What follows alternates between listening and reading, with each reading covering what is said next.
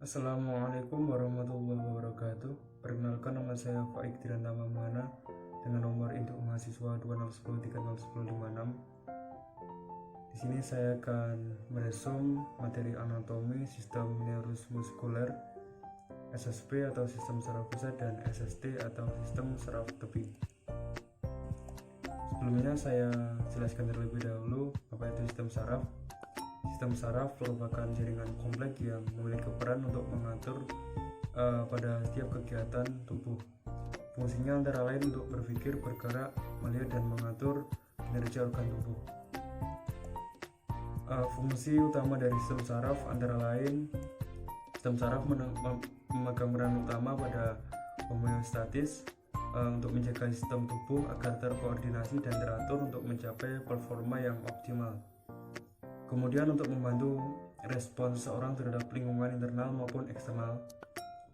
Kemudian mengumpulkan informasi lingkungan dari eksternal maupun internal tersebut dan memproses informasi dan membuat keputusan, dan juga untuk mengarahkan tubuh untuk menjalankan keputusan tersebut. Dan sistem saraf dan endokrin bertanggung jawab terhadap komunikasi kontrol pada keseluruhan tubuh. Selanjutnya sistem saraf pusat atau SSP. Sistem saraf pusat ini terdiri atas otak dan sumsum tulang belakang. Sistem saraf pusat ini berfungsi sebagai pusat pengendali utama pada tubuh.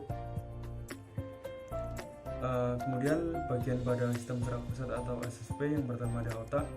Otak merupakan organ terpenting dari tubuh manusia dengan tersusun oleh jutaan sel saraf. Kemudian permukaan otak tersebut berlipat-lipat dan membuat otak manusia mampu menyimpan lebih banyak neuron dibandingkan dengan otak yang permukaannya mulus seperti hewan. Bagian pada otak antara lain yang pertama otak besar atau cerebrum, merupakan bagian yang paling besar pada otak manusia atau biasa disebut sebagai otak besar. Berfungsi untuk menentukan dasar-dasar kecerdasan pada manusia. Di otak depan manusia juga terdapat talamus dan hipotalamus. Talamus merupakan bagian otak yang menjadi penerima informasi sensorik dari organ indera yang diteruskan ke otak besar. Dari otak besar kemudian informasi hasil atau terjemahnya akan masuk ke talamus sebelum keluar dari otak untuk disampaikan ke organ yang ditargetkan. Sementara hipotalamus adalah bagian otak yang menjadi pusat pengaturan homeostatis atau pengaturan lingkungan dalam tubuh kita. Hipotalamuslah yang dapat mengatur suhu agar suhu tubuh kita tetap stabil. Kemudian mesencephalon atau otak bagian tengah, posisinya sejajar dengan mata dan telinga, sehingga otak bagian tengah ini berkaitan dengan pendengaran dan penglihatan. Dan yang terakhir bagian otak yaitu cerebellum atau otak kecil, fungsinya untuk mengatur keseimbangan tubuh manusia agar dapat memantau kedudukan posisi tubuh manusia. Bagian SSP atau sistem saraf pusat yaitu sumsum tulang belakang.